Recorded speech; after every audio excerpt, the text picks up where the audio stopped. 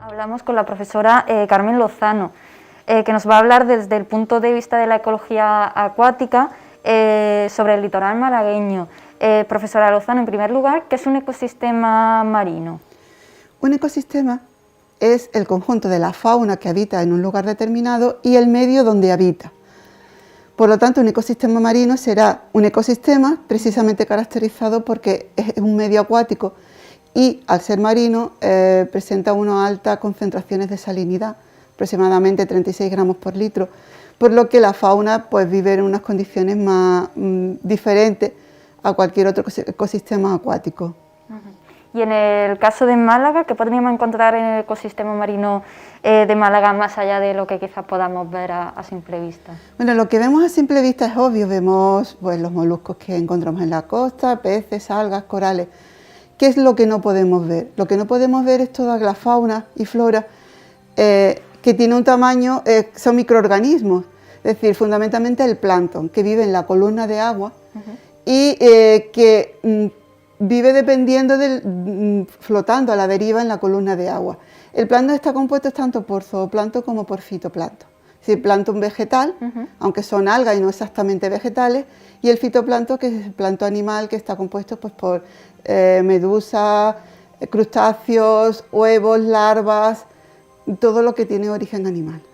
¿Y tendrían algunas características quizá que se pueda reseñar de esta fauna y flora que compone el ecosistema? Bueno, la principal característica es que estamos en la base de la cadena trófica, es decir, forma parte de la alimentación no solo de los organismos macroscópicos que podemos encontrar en el mar, sino que también forma parte de lo que nosotros podemos utilizar para la alimentación o para la formación de otros productos, por ejemplo, para productos farmacéuticos.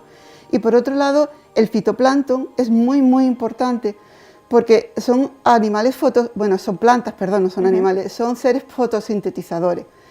Eso significa que al hacer la fotosíntesis utilizan el CO2 que hay en la atmósfera y producen oxígeno. De hecho, aunque se le ha dado muchísima importancia a que preservemos los bosques porque son los pulmones del planeta y demás, lo que no se le da tanta importancia y sí deberíamos reivindicar es que el fitoplancton produce el 50% del oxígeno del planeta y además recicla entre un 50 y un 70% del CO2 que hay en la atmósfera. Esto contribuye mucho a regular el efecto invernadero, es decir, el CO2 es uno de los principales gases de efecto invernadero y por lo tanto está regulando la temperatura del planeta y el clima del planeta. Tiene entonces un papel clave importantísimo. Clave, fundamental. Sí, totalmente. ¿Y qué técnicas utilizan para su estudio? Bueno, técnicas hay tantas como tipos de plancton podemos encontrar. En el Departamento de Ecología de la Universidad de Málaga fundamentalmente se trabaja con fitoplancton y lo que hacemos pues, se hace recuentos, por ejemplo, para estimar biomasa, se hace estimación de clorofila con un aparato que es un método que es citometría de flujo. También se hace caracterización y cuando ya tiene un determinado tamaño, algo más de 20 micras, pues entonces se trabaja con microscopía para su caracterización.